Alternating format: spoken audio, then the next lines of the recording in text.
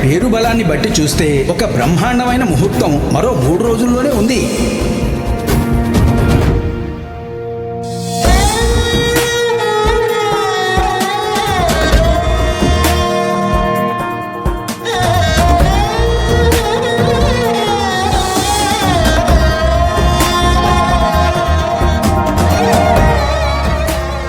తెల్లవారితే నాకు ఆదికి ఉన్న బంధం మారిపోతుంది. ఒకరికి ఒకరం పరాయి వాళ్ళలా మిగిలిపోతాం. సంజు మెడలో ఆది తాళి కట్టబోతున్నాడు. వాళ్ళిద్దరూ జీవితంలో చాలా హ్యాపీగా ఉండబోతున్నారు. నాకు ఇష్టమైన వాళ్ళెప్పుడూ నాకు దూరమే, అందని ఆకాశమే.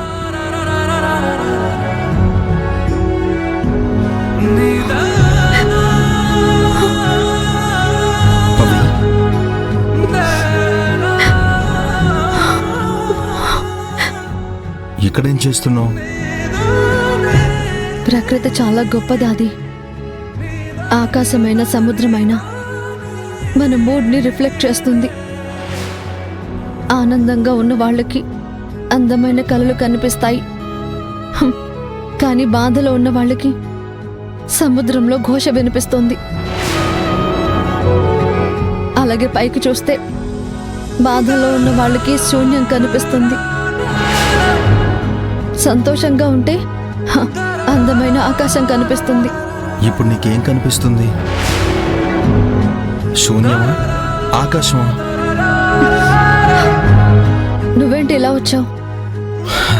నేను అడిగిన ప్రశ్నకి సమాధానం చెప్పు. నేను అడిగిన దానికి నువ్వు సమాధానం చెప్పు. నువ్వు చాలా తెలివిగలదానివి పవి. నువ్వు అస్సలు బయటపడవు. ఇప్పుడు నా తెలివితేటలతో నేను సాధించేదేమీ లేదు. కానీ ఏంటి ఇలా వచ్చావు? నీతో కొంచెం మాట్లాడాలి. దేని గురించి? నువ్వు చాలా మారిపోయావు పవి. ఇంతకు ముందు నీతో మాట్లాడాలంటే నాతో మాట్లాడడానికి పర్మిషన్ ఎందుకు అని అనేదానివి. ఇప్పుడేమో దేని గురించి అని అడుగుతున్నావు. పరిస్థితులు చాలా మారాయి అనిపిస్తోంది అది. రేపటి నుంచి నీ జీవితం వేరు, నా జీవితం వేరు. నువ్వు హ్యాపీగా నీ లైఫ్ని కొత్తగా స్టార్ట్ చేయబోతున్నావు. తర్వాత నేను నీ జీవితంలో ఉండను. జీవితం ఏంటి, ఇంటి నుంచే వెళ్ళిపోతున్నాను. ఎందుకు పవి అలా మాట్లాడుతున్నావు? నువ్వు వెళ్ళిపోవడం ఏంటి? ఉన్నదేగా అన్నాను. ఇక నాకు ఈ కుటుంబానికి సంబంధం ఏముంది? తెగిపోతుంది కదా. అలా అనకు పవి. నాకు పెళ్ళైతే ఏంటి? సీతమ్మకి నువ్వు కావాలి.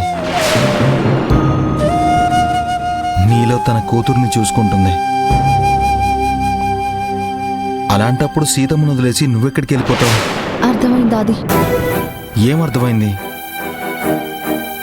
సీతమ్మ కోసం మాత్రమే నేను ఇక్కడ ఉండాలి. ఇంకెవరూ నాకు లేరు, అంతేగా? ఆ మాట ఎవరన్నారు? నువ్వు లేని లైఫ్ని నేనెప్పుడూ ఊహించుకోలేదు, ఊహించలేను కూడా. నువ్వు నా బెస్ట్ ఫ్రెండ్ పవి. అరవింద్ అన్నయ్య తర్వాత నేనన్నీ షేర్ చేసుకునే ఏకైక మనిషివి నువ్వే. నీ అభిప్రాయం తెలుసుకోకుండా నాకు నేనుగా నిర్ణయం తీసుకుని నిన్ను చాలా బాధ పెట్టాను. నీ ప్రమేయం లేకుండా నీ మెళ్ళో తాళి కట్టాను. నన్ను క్షమించు పవి. అందరూ నేను బాధ్యత లేని వాణ్ణి అంటున్నారు, ఒక వేస్ట్ ఫెలోగా చూశారు. కానీ అరవింద్ అన్నయ్య తర్వాత నన్ను నమ్మిన ఏకైక వ్యక్తివి నువ్వే. నీ మోటివేషన్ వల్లే నేను బాధ్యత తీసుకున్నాను. ఇంట్లో అందరి దగ్గర నమ్మకం సంపాదించుకున్నాను.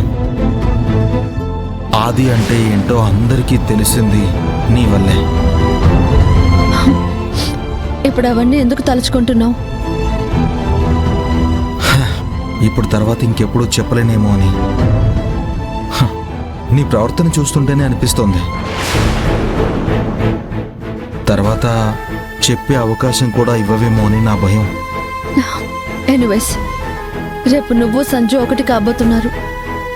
కొత్త జీవితం స్టార్ట్ చేయబోతున్నారు. Advance wishes. థ్యాంక్స్. అయితే నేను చెప్పేది విను.